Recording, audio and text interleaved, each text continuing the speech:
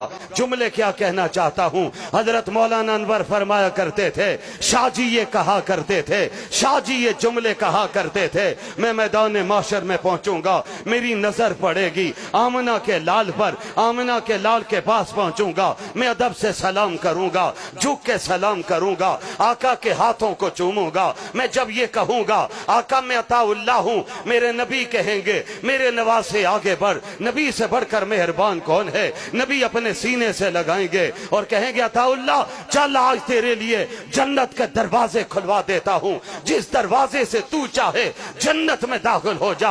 शाह जी कहेंगे मैं भी मकाम नाज में आ जाऊंगा, पहले मकाम नियाज है, झुक के सलाम कर रहा हूं, अदब से सलाम कर रहा हूं, ये अदब की जा है। लेकिन यहां पर मकाम नाज में आकर कहूंगा आका मैं अकेले जन्नत में नहीं जाऊंगा। अताउल्लाह किस किस को लेके जाना है। आका मैं सिर्फ अपने खानदान की बात नहीं कर रहा हूं, बोलो तो सही किस किस को ले जाना चाहते हो। शाह जी कहते हैं मैं ऐलान करूंगा आका क़यामत के दिन तक जिन्होंने खत्मे नबूवत के लिए काम किया है उन सबको जमा कर दीजिए, वो सब आ जाए, आपके चेहरे का दीदार भी करें, आज अल्लाह की नेमतों को भी देखें, और आप फिर आवाज दे दीजिए जन्नत के फरिश्तों को कि दरवाजे छोड़ दो, इन दरवाजों से वो आशिक गुजरोगे जिन्होंने खत्मे नबूवत का परचम कभी झुकने नहीं दिया है।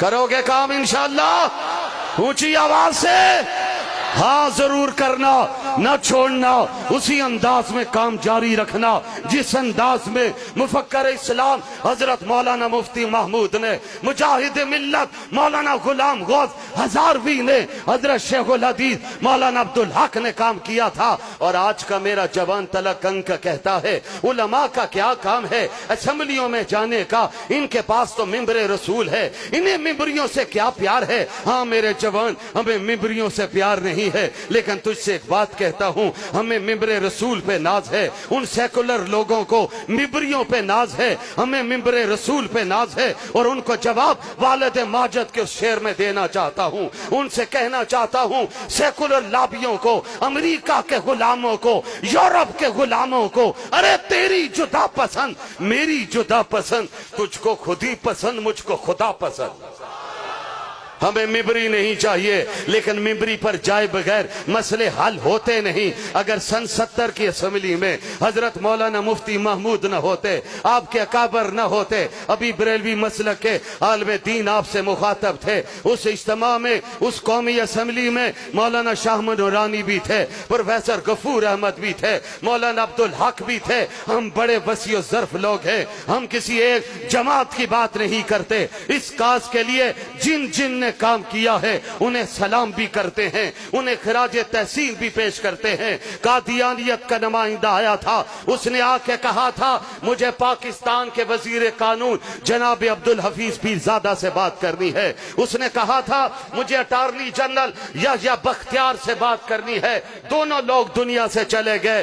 भुट्टो साहब का दौर था, जनाब जुल्फकार अली भुट्टो का दौर था, अटॉर्नी जनरल या बख्तियार ने खड़े होकर कहा था मिर्जा साहब अगर आपने लाट में काले के कानून पर बात करनी है तो मैं आपके जवाब देने के लिए तैयार हूं, अगर आपने कुरान और सुन्नत पर बात करनी है तो इसका जवाब मैं नहीं दे सकता हूं, इसका जवाब दे सकते हैं तो मुफक्कर इस्लाम हजरत मौलाना मुफ्ती महमूद दे सकते हैं। मैं चकवाल तलाकंग मुजाफात के जवानों से पूछता हूं अगर उस मिंबरी पर आपके उलमा न बैठे होते तो कादियानियत को जवाब कौन देता। उस कादियानियत को जवाब दिया तो देवबंद की चटाइयों पर पढ़ने वाले मर्दे कलंदर ने दिया था, जिसने परचमे खत्मे नबूवत थामा था। नतीजा क्या हुआ था, कादियानियों को उस कौमी असेंबली से गैर मुस्लिम अक़लियत करार दिया गया।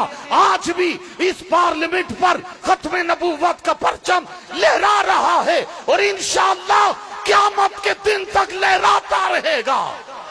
ऊंची आवाज से कहो ताजो तख्ते खत्मे नबूवत, ताजो तख्ते खत्मे नबूवत, आज कौमी असम्बली में मेरे कायद, आपके कायद मौलाना फजलुर रहमान मौजूद हैं। मौलाना फजलुर रहमान के दौर में शीरी रहमान ने एक बिल पेश किया था जिसमें नामूस रिसालत के कानून को छेड़ने का फैसला किया था।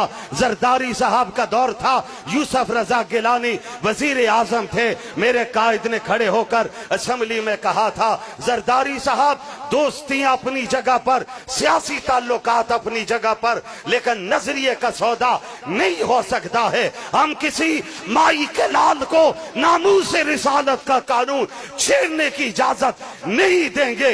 कराची में रैली हुई, जिस तरह भी हजरत काजी जादुल हुसैनी मरहूम मगफूर के फरजंद अर्जमन मेरे मखदूम मदीना मुनव्वरा से आए, इसी तरह उस रैली में मेरे कायद भी मदीना मुनव्वरा से पहुंचे थे। और मेरे कायद ने एक तारीखी जुमला कहा था, सेकुलर लॉबी को मुखातब करके कहा था, लादीन लोगों को मुखातब करके कहा था, कंटेनर वालों को मुखातब करके कहा था, सुनो बगोशे हो, सुनो तुमने अगर अमेरिका और यूरोप से वफा की कसम उठाई है तो मैं भी मदीना मुनव्वरा में नबी के रोजे के सामने कसम उठा के आया हूं, इस नामूस रिसालत के कानून को बचाने के लिए जान भी देनी पड़ी तो जान भी दे देंगे।